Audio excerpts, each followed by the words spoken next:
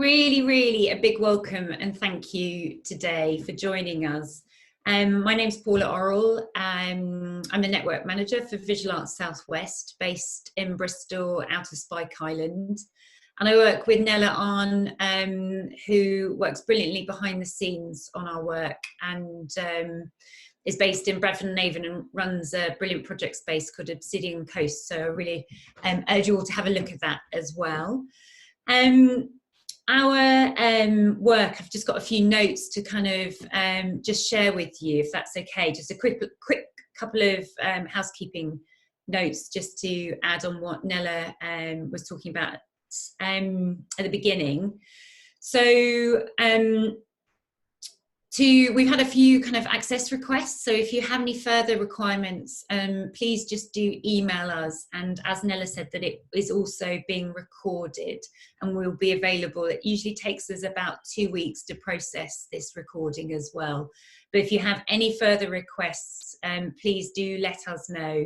And we keep check on our emails as well during the event. So yeah, please do communicate with us. As Nella said, if you put your questions into the chat room, that's the best way for us to process the questions, and then we're collating them for Euella and Kamina, and then they will handle and manage the questions at the end, and most likely will it's important, well, most likely will include your name as well. So if you want it to be anonymous, please make it be named anonymous, and we'll manage that as well. So I'll be monitoring them throughout the talk and be doing that work to kind of process all of the questions. And no doubt there'll be conversations that you'll have in the chat, but I'll pull out the questions that are in there as well.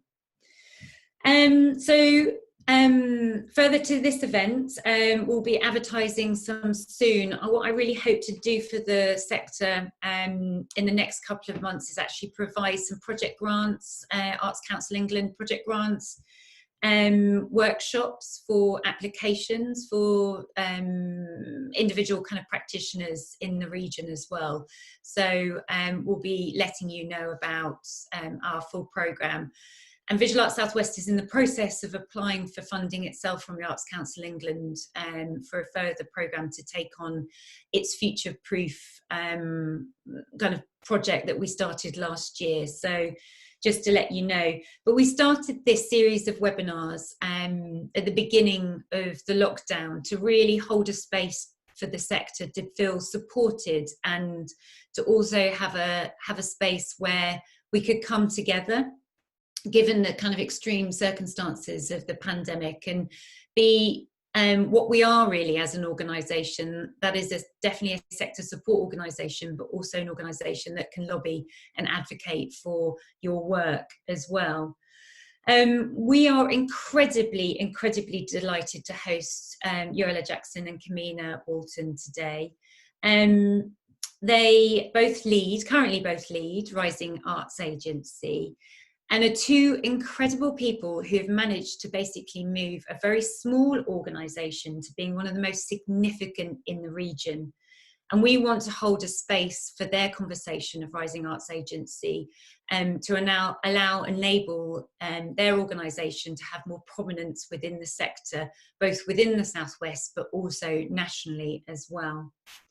So they will give an overview of their work, but for those who are not part of this region, or not based in Bristol and not aware entirely of kind of what Rising Arts Agency do, their recent hashtag Whose Future campaign was a platform for young creative voices from across Bristol. And they invited the public to pay attention to hear what those young people had to say on billboards throughout the city and urban areas. And they really took on the whole city at large. It was quite incredible and gained major attention, including for people that I know that aren't in the visual arts sector. You know, we're talking about it, and colleagues and friends as well. So it was a really incredibly brave and ambitious project. So absolute credit to both these two people sitting here and presenting us today. how through in a lockdown that, you know, they pushed themselves even further to, you know, claim a space that is really important that we all hear and listen to. So our intention today with this event is to utilise our platform to share the work, to share brilliant voices, new and diverse, but also challenging and progressive across the region.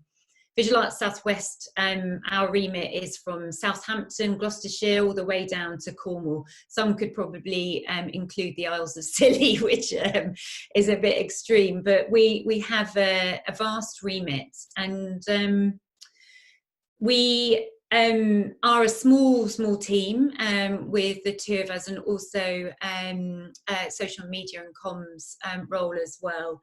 And, you know, we hope that we provide a platform that is a space to, you know, have a conversation about our art form, but also how to think about to move it forward as well, which is so critical. So with no further ado, I hand over to Kamina and Euella, and really thank you both for joining us today. Thank you, Paula. Thanks for that great introduction. And thanks to everybody for coming this afternoon. We really appreciate you giving up your time and joining us. I know Paula said this is an informal conversation, but I can say Euella and I are both quite anxious about this and have been talking about this for at least a week or more now, about how we wanted to approach this session and how we felt best to structure it. So I hope what we have to offer you is going to be of value. I hope the way we're approaching it is going to be engaging, but also give you something to take away with you and think about. But we thought we should start by just giving you a bit of context, because there's lots of people that we know here, but there's a lot of people that we don't know, and we thought there may be people who are new to Rising and would like to know a bit about our work. So I'll just start by saying Rising Arts Agency is a social enterprise that is led by and for young people aged 16 to 30. We're based in Bristol. We have worked over the last few years out of my studio at Spike Island.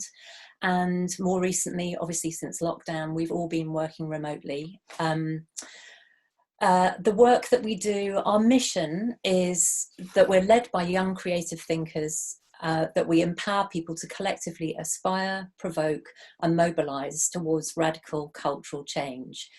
And our vision is a world where all young people have agency over their future. We're an agency as opposed to an organisation, and we kind of hold that very dearly to our hearts. And we're also anti-establishment and fiercely independent. We are genuinely youth-led. I am the only person in our team, our board, our community who's over the age of 30. And we advocate for sector and cultural change through campaigns, research projects, industry consultation, and through our creative agency services. So, Euella, I'll hand to you. Thanks, Kamina. So as Kamina said, we are youth-led, and two of our non-exec directors are under the age of 25. Our board are exclusively made up of young people under the age of 26. Kamina is Rising's director, if you didn't know, Rising, and I am Rising's engagement producer. And I can say that the young people that we work with are incredibly diverse, with a range of different skills and interests and talents and social causes in which they're really kind of interested in. We thought it was important to kind of talk about a little bit about our team makeup and our board makeup. So between our board and our team, there are 14 of us, and we have one woman who is half Indian, we have one black man, we have 4 black women, 1 from Caribbean heritage, myself, 2 from Nigerian heritage, 1 from Somali heritage, and 1 woman who is mixed heritage between Caribbean and white. And we felt that was really significant because the experiences of people of colour are not monolithic, and the way in which we work is around co-creation and listening and really reflecting on what our community are telling us. So for us to kind of label everyone as people of colour doesn't really get to the complexity of what it means to really kind of engage with these sorts of issues. So yeah, that's a little bit about Rising. And yeah, it'd be great if you guys could check us out at some point.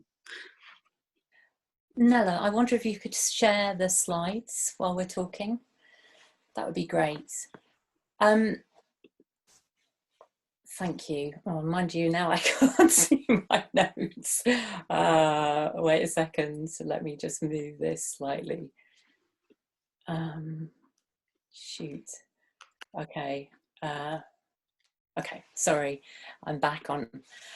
So we just thought it'd be good by introducing a bit of context. And so one piece of information that I just happened to read the other day is that within the visual arts, no Black or ethnic minority person has run a major art institution in the UK ever.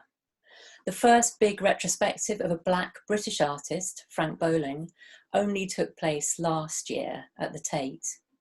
Sonia Boyce will be the first Black British female artist to represent Britain at the Venice Biennale in 2022. And that is, oh, sorry, I've lost my notes again. That has been running for the last 113 years.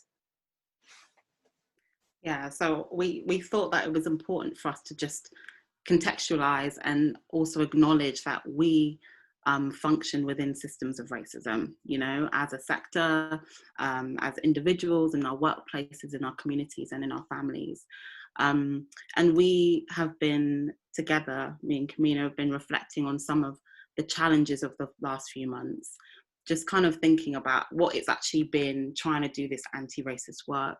And we thought that, yeah, using the kind of timeline of what's been going on would be useful anchors to kind of lead our discussion and our reflections. So basically, we were talking about how we were going to do this, and we thought it would be really great for us to each read each other's reflection on either something that's happened over the past few months or our kind of reflection of the last few months.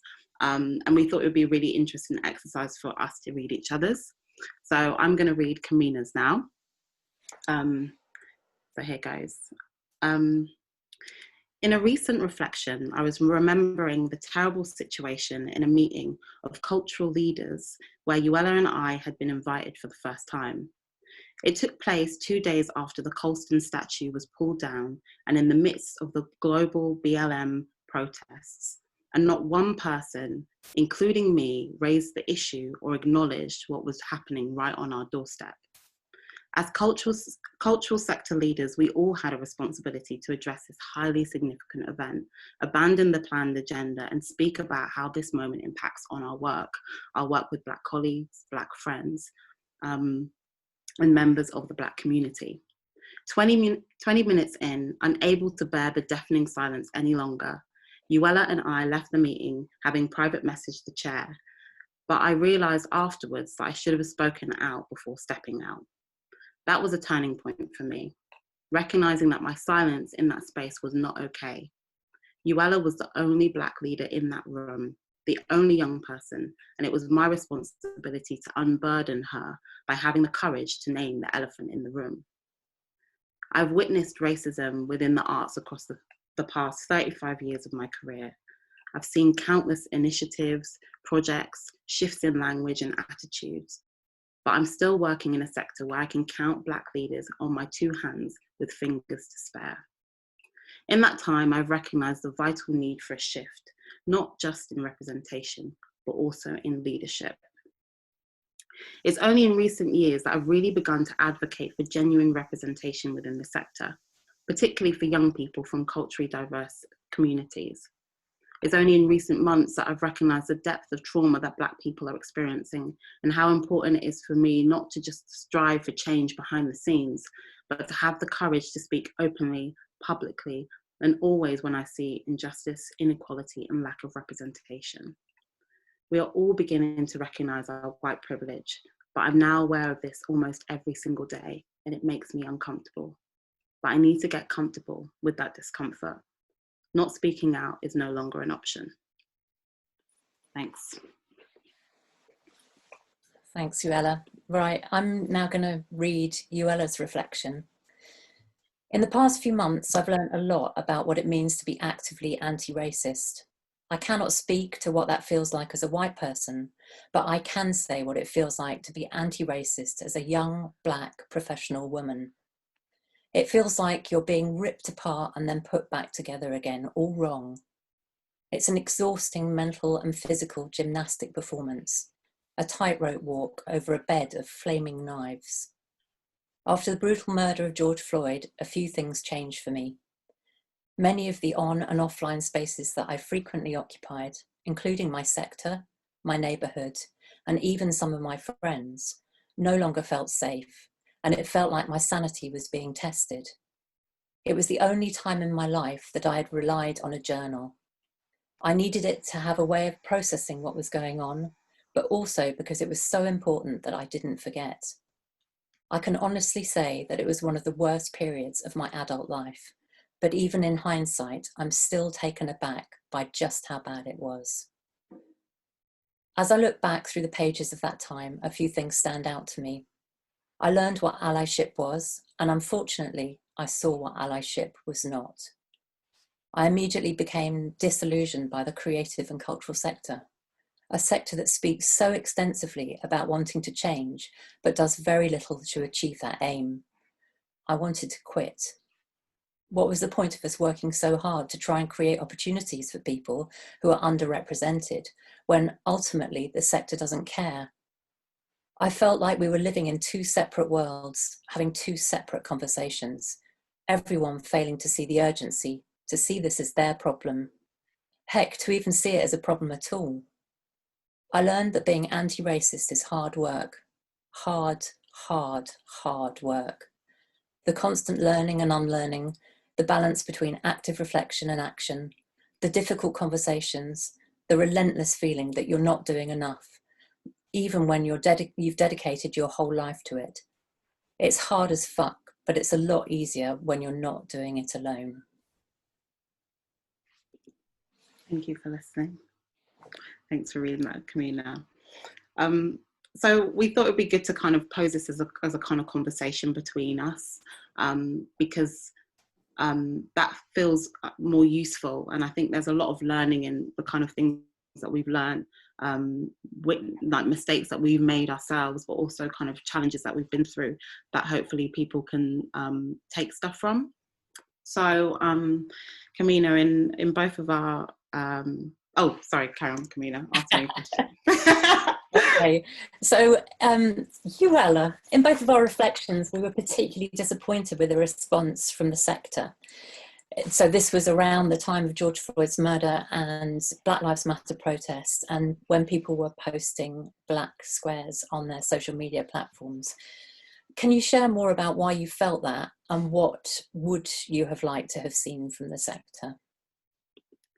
Yeah, so I think there was a lot of anger around the black squares, or the kind of empty statements, feeling like there were organizations who have done things that have actively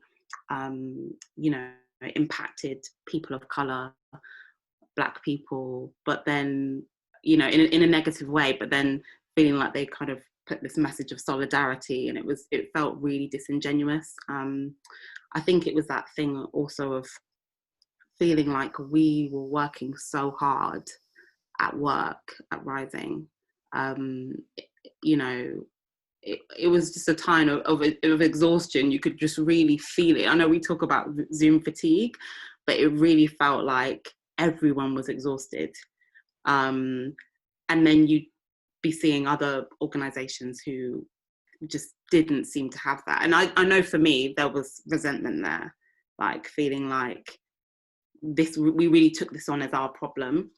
And also I think there was that thing of like people feeling like, well, that's America, we're England, oh thank God we're not in America, and it's like, no, that happens here.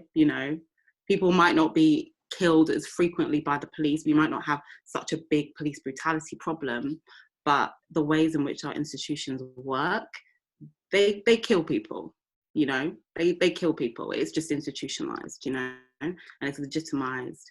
And it just became very just obvious, like, you know, everything was heightened, basically. All the kind of injustices felt it heightened. You know, the work that we were trying to do, every time that we tried to support a young person into a job or opportunity and they were being undermined or experienced microaggressions or anything, it just felt even more heightened and painful.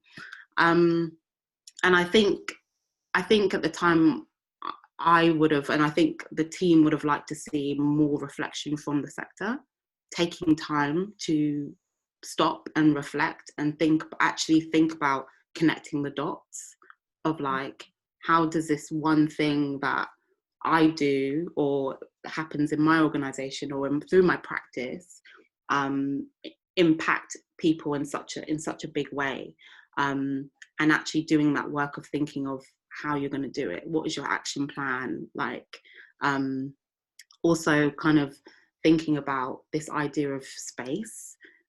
We talk a lot about making space for people, you know. We haven't had a chance to talk about it here, but in our leadership work that we're doing, you know, Rising was built out of the idea that Kamina would kind of support Rising for 5 years and then move aside and make space for young people to co-lead it. And there was just no evidence of anyone making space in a time where also you had the pandemic that was disproportionately affecting people of colour. So it just felt like a really intense time, and it didn't feel like the responses from the sector were considered, had any action behind them or any weight. So yeah. Mm. Yeah, great. So I kind of mentioned a little bit about the fact that we were working quite hard at that time. Do you want to share a little bit about what Rising did to respond to Black Lives Matter and COVID? And Nella, can you move to along? Fantastic. Yeah, okay, great, thank you. So I think from my perspective as a director who has a responsibility primarily to my team, but also to my community, our community, the one thing that I was painfully aware of in the days after George Floyd's murder was the trauma that was causing for young people in my team. That was my primary concern. So, and then it became clear that obviously that trauma was being experienced by young people in our community. And I think Euella probably said at the beginning that over 60% of Rising's community of young artists are people of colour. So this has had a big impact on us as a collective. So one of the things that we did within the first week of the toppling of the Colston statue was to offer a space for young Black members of our community to come together in a space that was held by Black members of our team and our board. And it was about creating a safe, inclusive space where people could speak openly and honestly about how they were feeling emotionally, how they were being supported in their workplaces or not, any kind of situations that they were having with their families, because for some people of mixed heritage, this has actually created some really difficult conversations. We really drew on our board, and we had 2 emergency board meetings. And I have to say that it's really interesting because we run a program called On Board, which is about getting young people into governance roles. And people are always saying to us, yeah, but ideally what we're looking for is people with a lot of experience. Our board has their own lived experience, which has so much value. And for them to be able to come to this situation and share with us what they felt we should do, how we should respond, I can't stress enough the value of young people in that governance role, making those structural decisions with you. We have a leadership program that we've been very generously funded by the Arts Council over this year and next year to run with a total of 20 young people to try and kind of change the look of leadership in the sector. And the Arts Council were incredibly supportive and allowed us to repurpose some of that funding in order to create new commission funds for members of our community who we knew were struggling, who'd lost their 0 hours contract work, who had no employment. And so this was commissions, anything between £100 and £1,000 for them to work over the current time and the next few months. We dedicated our Twitter feed to conversations around COVID and how it was affecting the Black and minority ethnic community, and to really point out where people could go for advice, support, resources. And we also used our Instagram specifically to showcase the work of young Black artists in our community. And we didn't put out a black square, but what we did was we had an emergency team meeting, and we worked together as a team of 7 to write a statement that we felt best expressed how we personally felt about the situation and how we wanted to respond to that. So I think those were it felt like, having done that thing from moving from all working together in one physical space, going into lockdown and all working virtually, to suddenly it was like we were sort of like, I don't know what the expression is, but sort of in battle mode. And it felt like we had to up our game really fast and all put in. It was like, forget about logging your hours. We just need to do this work and make sure that we're there for that support. And as a response to that, I was really aware that the team were exhausted. So took the decision to go to the board and ask for their agreement that we would give the whole team a well-being week where they would all be fully paid, but they could take the week off to rest, recuperate, reflect, and think about how they wanted to move on from there.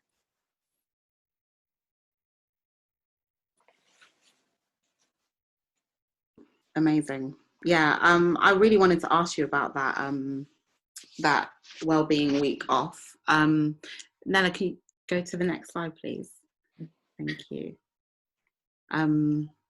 Because that was remarkable. I think I was looking through my notes and I was just like, I remember I read last night that I was like, Kamina is a phenomenal woman. You know, she cares so deeply, because, you know, for someone who's leading the team to just say, right, everyone, you're going to take a week off next week, the whole agency is going to close, to recognize the trauma. And we put a statement out to say, you know, and it I guess in a sense it validates those feelings. And I was kind of really thinking about, gosh, there are people who are in organizations who no one has asked them how they are. No one has said, wow, what the heck is going on? Like, are you okay? You know, you're invisible usually, but then you've got this double burden, and people are like, oh, can you get those notes to me by the end of the day? You know? And I was just like, that sounds like my worst nightmare. So yeah, can you just, for one, just say a little bit about, you know, how you came to that decision, and why I know for like other people who are either leaders or, you know, responsible for teams, that's quite a big deal, you know, in the whole history of Rising. Even for COVID, we didn't close, but for that we did. So can you just say a little bit, and maybe for people who, yeah, what you would kind of say to anyone who was, you know, in a similar position and, you know, a bit apprehensive about doing something like that? I mean, I think it's important to acknowledge that we don't run a big organisation with a building and a staff of 50. You know, we're a very small agile team with 7 part-time members that make up the equivalent of just over 3 full-time posts. But right from the very word go, when I started thinking about the idea of setting up an independent agency, that grew out of conversations with young people who felt that these were young people of colour, these were young people with mental health issues, these were young people with disabilities who felt like they desperately wanted to work in the sector, but they just didn't know how to get their foot in the door. And the only thing that they were being offered was internships, which were either unpaid or really poorly paid. They were all short term. There was no real tracking of the sustainable impact of that kind of work. And so Rising was about really trying to change that balance and to put the emphasis on young people being leaders now, not leaders of the future, having implicit value. And from that point of view, we've always paid a minimum of the real living wage. We respect everybody for their time. We try never to ask people to do anything on a voluntary basis, because we know that a vast majority of the young people we work with have really limited resources.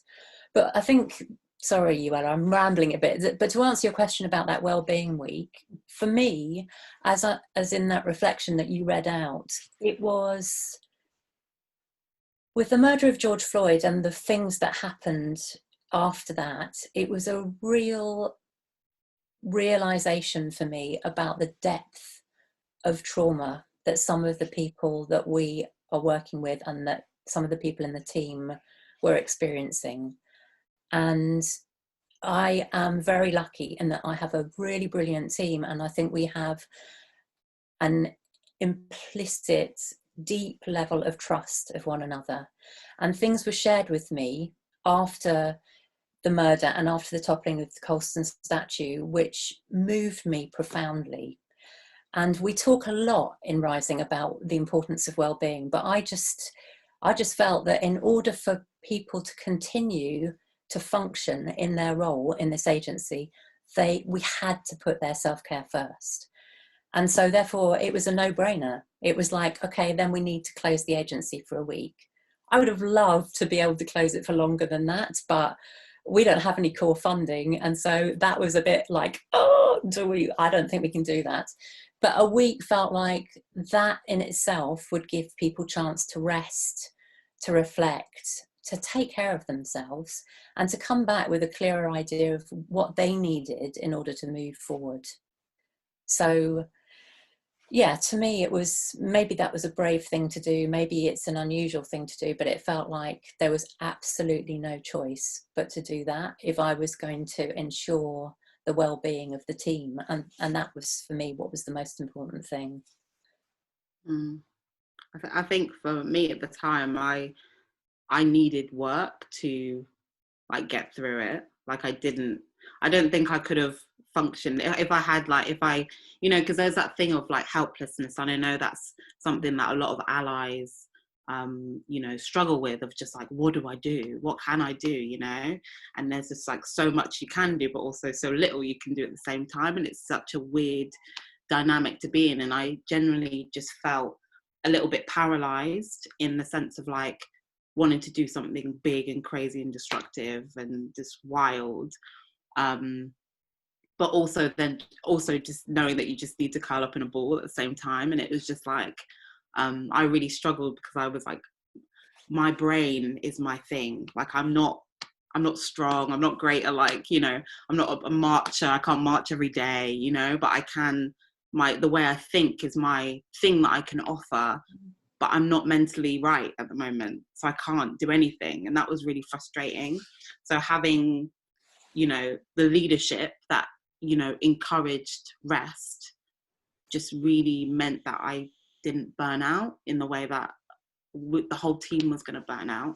Even the white members of the team, it just felt like it was consuming everyone. So yeah, do you want to share a little bit about the listening thing that you took part in as well? Yeah, I'll just tell people briefly. So we have a really great critical friend who's involved in Rising called Jill Wildman, and she does a lot of work with Watershed, but she's been doing a lot of work with us over the last couple of years around building the business and making sure that we can be strong financially and kind of look after ourselves in that respect. And she invited me to take part in something called The Listening, which was it was a training for white allies that was run in America by a black woman and her white partner. And They spoke for 40 minutes. We were invited to listen, and then there was 20 minutes where we could put questions to them in the chat. So a bit like this structure. And the woman, one of the very first things she said in the session was that of her white friends, all she asked of them was to unburden me. And that to me was just a really profound thing to hear. And I guess that's kind of how this conversation started, about Euella and I holding this conversation around white allyship and how to be a good ally. Because I think a lot of the time white people are nervous to engage in conversation about Black people's issues, or people of colour in their teams or their communities, even in their families. And the way that they were speaking in the listening was, actually, don't leave it to me to hold those conversations or to be answering all those questions all the time. Unburden me, take the risk, step in, say something. You don't have to know anything, but it's just putting yourself out there and be prepared to speak on my behalf. And I read something the other day which I thought was a really great quote, and I don't know if I've got it to hand, but I'll find it while Euella's talking. But it's by not saying something, we're basically resting in our own privilege. And what we need to start doing is we need to step up. We need to say something, even if it feels uncomfortable, even if it feels difficult, and just to share that burden. So yeah, that was the conversation I was part of. And for me, it was really valuable, and it was just great the way it was framed as well. So it's been helpful for me to be able to share that with Euella and then think about how we could have this conversation. So, Euella, have we got to that? Wow, my gosh, I can't believe. Oh no, we haven't. I was going to say, I can't believe we run to time. We haven't, because what I'd like you to talk about now is the work that came after the Wellbeing Week and about the Whose Future campaign. Maybe you could just explain that a bit more. Yeah, so Paula started talking a little bit at the beginning about Whose Future. Whose Future was an absolute mammoth beast of a campaign that we managed to pull off for 4 weeks, from July to the beginning of August. And it involved 37 members of our community, many of whom were young people of colour, and it was over 340 plus billboard and poster sites across the city. And it's probably, well, it is the biggest thing that project that Rising's ever done, especially as it was done under such short notice. We were approached by the council and the public space advertising company Out of Hand to do this project with very small resources, very small money, and very quick turnaround, as the billboards were not being used due to COVID and lack of advertising and stuff like that. And it's funny because we initially said no, we are not going to do that, because we were so exhausted. I don't know how to explain how tired the team were after all this firefighting, putting together resources, trying to donate money to different places, it's like we were all working overtime, because it was like everything just didn't ever feel enough. There was just so much to tackle, and it felt like no one was doing anything. There were people doing things, but it felt like, quite isolating, actually. So we initially said, we can't do that. We can't do that to the team. We can't do that to our community. But then after George Floyd and after the statue, it just really felt like we had a responsibility to do something, especially as we felt that young people's voices were just getting pushed and pushed and pushed and pushed to the side. And it was amazing. And it, you know, as you can see from that picture, that it was full of like celebration and joy, and it brought a lot of hope to the community, being able to see their work and themselves and their provocations and their questions to the city out there in public space, especially after 3 months of lockdown. So it was really, really significant and really symbolic. But during that time, there was a point where we actually faced a load of racist abuse and trolling online, particularly to one piece of artwork, but then it kind of affected a range of different, a load of different young people of colour, mainly Black women, and it was absolutely horrendous to see the extent of the really ugly side of the internet that we hadn't anticipated, that we didn't really know how to handle, feeling like we were just very exposed. Our details were getting put online, and our faces were plastered everywhere, and people were sending, you know, death threats to certain people, and it just felt absolutely horrific. And I think that was a moment of, I guess, really for us to think about our responsibility to our community, but also seeing like how much you like come together in those moments of absolute, horrendousness. You know, the police ended up getting involved and were very supportive, and the council did what they could to support us too. But we ended up writing, you know, despite the fact wanting to hide away from the world, we ended up writing a statement, just basically like, Bristol, you need to step up. You really need to step up. If you say you value these things, if you care about young people, if you're all about social change, you need to step up, you need to do the work. Everyone that posted the black square, you need to be here now, you know, defending and advocating and you know, pushing the change forward. And I think for some people that was a real kind of call to action, and we got some real, real kind of offers of support that were, you know, considered and thoughtful and detailed and unburdened us. So we didn't have to, you know, people saying, if there's anything I can do, let me know. It's like, well, then we have to think of what you can do, you know. We have to take time out of the work that we're doing to think, oh, how can they be useful?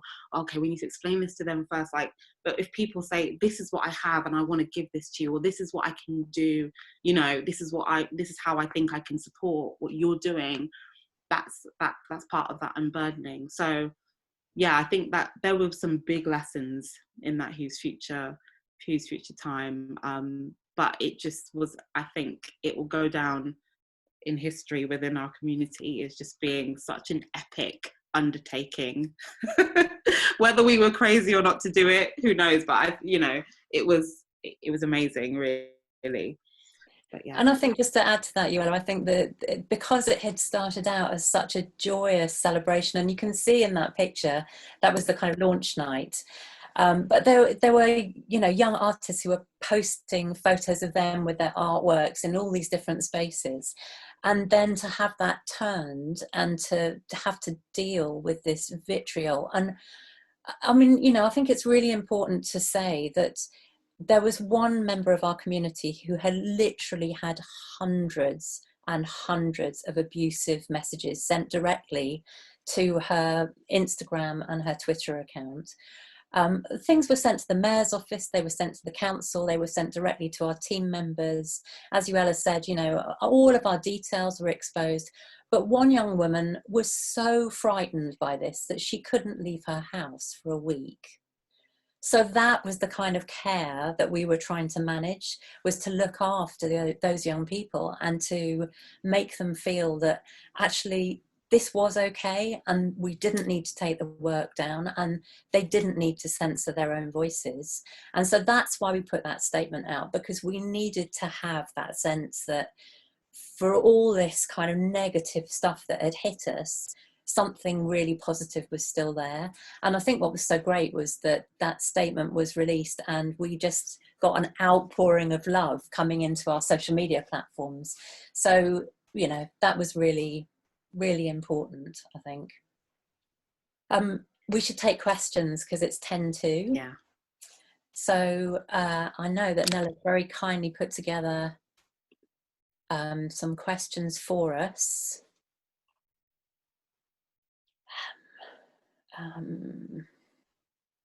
There's not many questions. No.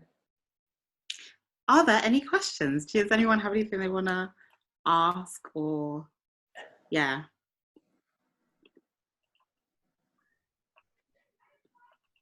I know it's a lot of info. We've just been talking at you.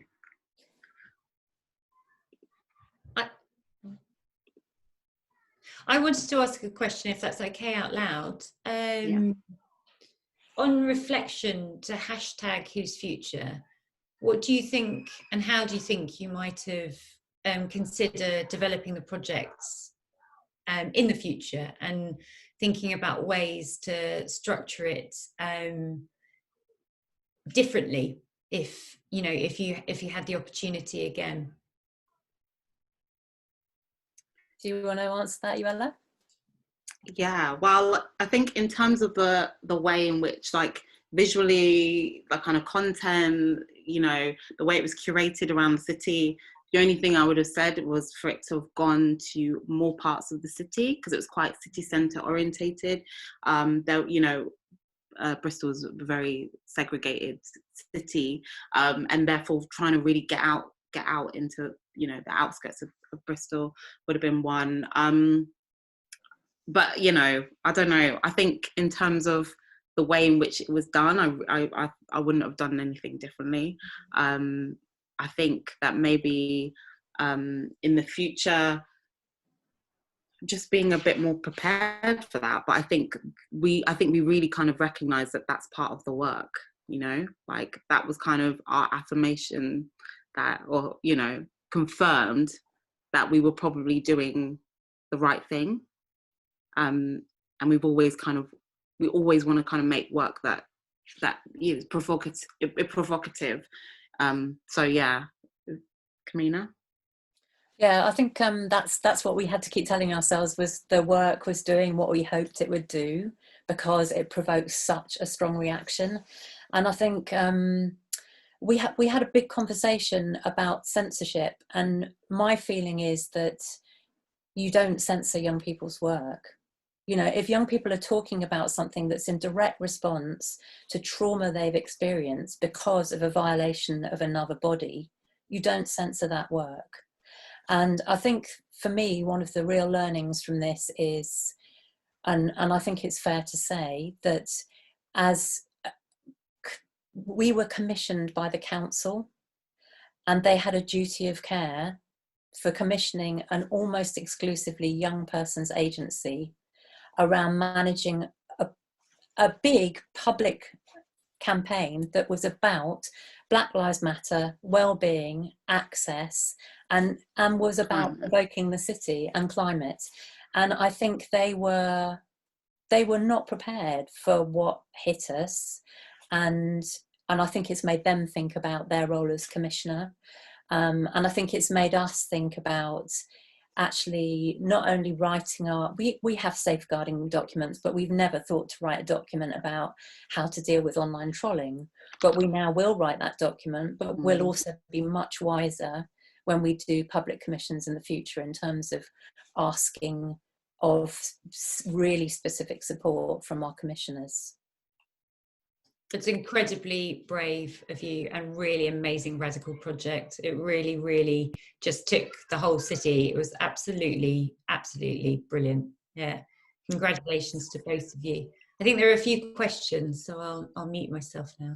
Okay. Shall we just quickly go through about recruitment onto boards? Quick, do you want to answer that, Kamina? So how did you manage to recruit so many young people? Okay, so in terms of recruitment, how do we manage to recruit so many young people? I mean, Rising is a community of young people. I think it's really important to recognise that we've created a space of trust and respect where young people, particularly young people who consider themselves to be outside the sector, see Rising as a space for them where they're welcomed, where they're listened to, and where they're advocated for. You know, we do a lot of work showcasing young artists. We make a really strong point of visibly showcasing our community of colour, because we want other young people to see themselves represented and therefore feel that Rising is a place that they can come. In terms of the board recruitment, Euella and I co-lead the on-board programme that we run, and we now work with 9 organisations. We're about to start to work with another 4 across the whole of the Southwest region, and we have about 12 or 13 young people who are currently in position, but we're about to recruit more. And we had recruited people individually to boards, and after all of the recent events with Black Lives Matter, we took a decision to only recruit in pairs, because we felt it was really important that those young people had support in those governance roles. And from the experience of the last 2 years, realised that however much organisations might feel they want young people on their boards, they don't always know how to support them and amplify their voices as effectively as we would like them to. So Euella and I do a lot of talking and then thinking about who's in the city. Who have we met? Who have we met at events? Who have we seen doing work with other organisations? Who have we seen in our community who has aspirations to lead or to be influencing more structural change in the city? And that's kind of how we do our recruitment. I hope that answered that question. Euella, what are we working on next? Do you want to talk about that? Well, we're at the moment really looking into our priorities in terms of what we want to work on next. We're thinking about we've got a leadership transition that we're going to be kind of undertaking over the next 12 months. Working, Kamina's going to step aside, and myself and another member of our team, Jess, is going to be stepping up as Rising's co-leader. So that's going to be a really fun undertaking. But also we're trying to think about what our campaign priorities are. We're really passionate about advocating for social change through creative means, like our projects that we do, and like on board and our leadership, all that is part of that work. But also we want to think about things that might actually be outside of our sector, and think about how we can use what we know, share our learning to help maybe partners or other causes to really kind of amplify those messages, and also create commission opportunities for our young people. So yeah, this month's going to be a real time of just grafting and thinking about how we top whose future, basically. Just as a quick example of another project, we're working with the Bristol Library Service to look at reimagining libraries of the future and how libraries can become more fit for purpose for young people. So we've got a project that's starting next month and runs for a year with Junction 3 Library, where we'll have a project manager, an artist in residence, and a young social media manager, and they'll be working collaboratively to engage other young people in that local community. And there'll be a whole range of events that will happen outdoors if necessary, but indoors if possible. Yeah, so that's just an example of one project. Quick. One more. Okay, questions. Something I've noticed is that white people who'd like to be allies are afraid of saying the wrong thing, so they don't say anything at all. I've heard it said that we have to put courage over comfort. Do you have any more tips? Yes. So I guess, with like, okay, so in my reflections, it's good to kind of think of it as work, because it is work. So you will be doing things that are challenging, things that are exhausting. It's also, like I said, it's easier if you do it, not if you don't do it alone. So if you have a group, or if you're thinking about, creating a collective around this, like it often makes it easier, like a WhatsApp group, or joining something where you can share resources. Always learning and unlearning. I think it's great doing the work of learning, reading a book, but then like with that, that means you're probably going to have to unlearn things. So that's part of that work of like maybe not saying certain things or thinking a certain way, or thinking about how you do things differently. You know, we've spoken a lot, not today actually, but a lot about performative allyship, and it's a kind of term around, you know, actually saying and doing the kind of right things to appear to be an ally, but actually not really doing the work to back it up. So in my experience, you know, if you're doing it well, no one's probably going to say anything to you. You're not going to be recognized for it. Like, that's probably the reality of it, because, you know, allyship is really about is about being preventative, so that people don't have to experience things, you know. So if it's always you doing things after the fact, something bad happens, and then you being like, that was really bad that happened, then you know, you probably haven't done the scoping or kind of creating the space to ensure that those things don't happen anymore. Those are just a couple of things off my head. Can you think of any more? Well, I was just going to add to that. I think it's really important to go back to the thing I said at the beginning, which is like, nobody's claiming to be an expert in this space. I am certainly not claiming to be an expert. And it's about, you know, increasingly we're putting ourselves into situations where we're holding difficult conversations, because young people are reporting to us that they're victims of microaggressions or of racist behaviour, and we feel that that is our remit to try and support them and champion change. So we're holding conversations which we don't necessarily know the answers for, but just by raising the issue, we're ensuring that people are aware that what they've done is not okay, and then making them think about how they could do things differently. So I think in answer to that question, you have to lose the fear of saying something wrong. And even if you preempt it by saying, I may be saying this wrong, but I just feel I have to say something. I've seen this injustice, or I've noticed that you do this thing with this person and it doesn't feel right, or whatever the context, just to have the courage to speak out. I want to say one message for the next one from, I don't know, about what message can you give to them. I think, if Kamina, you could do one as well, is around, like, people of colour, especially artists and creatives, don't always want to be making work about their difference. Mm-hmm. So that, you know, to be like, oh, we can commission these people to come and do something about being black or whatever, like, you know, I think it's really important that we get beyond that now and start actually trying to, you know, moving away from firefighting and trying to, you know, prove our humanity of, like, and our experience to just actually being people. And, you know, so I think that's a really big thing of, like, let's not think too much about the difference when it comes to artistic work.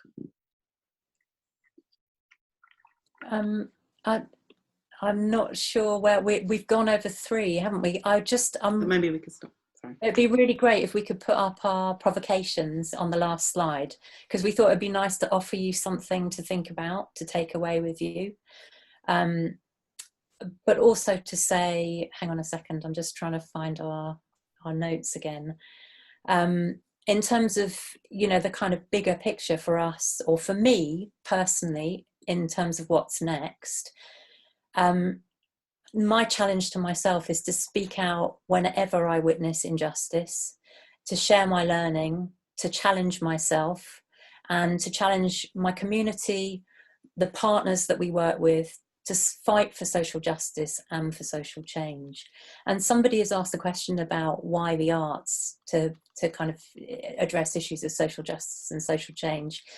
Because I think, well, I mean, I'm an artist, I'm an advocate for the arts. I think the arts are the way that for a lot of us we can best express ourselves, we can get across messages really clearly, succinctly, and we can mobilise communities through the arts when we link it to social change. So I guess that would be my answer.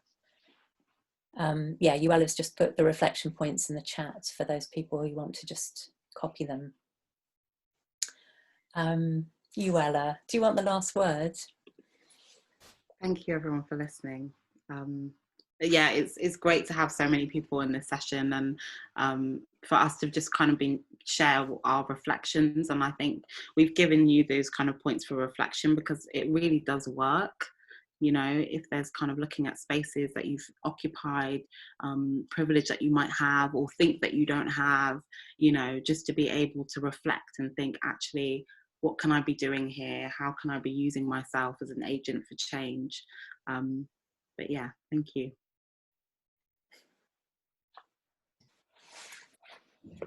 Well, I think I have to say, on behalf of everyone who's joined today, thank you ever so much to both yourselves, Kamina and Euella. It really has brilliant, and there's been great, amazing applause there, and yeah, it really has been fantastic. So, thank you. And also, Rising Arts Agency have a space on their website for you to be able to donate if you feel you'd like to do that to their organisation, and also continue to listen into what Visual Arts South West and CVAN have got to offer around our sector support workshops and Zoom webinar meetings. But a huge thanks to you both, and yeah, lots of love. Thank you.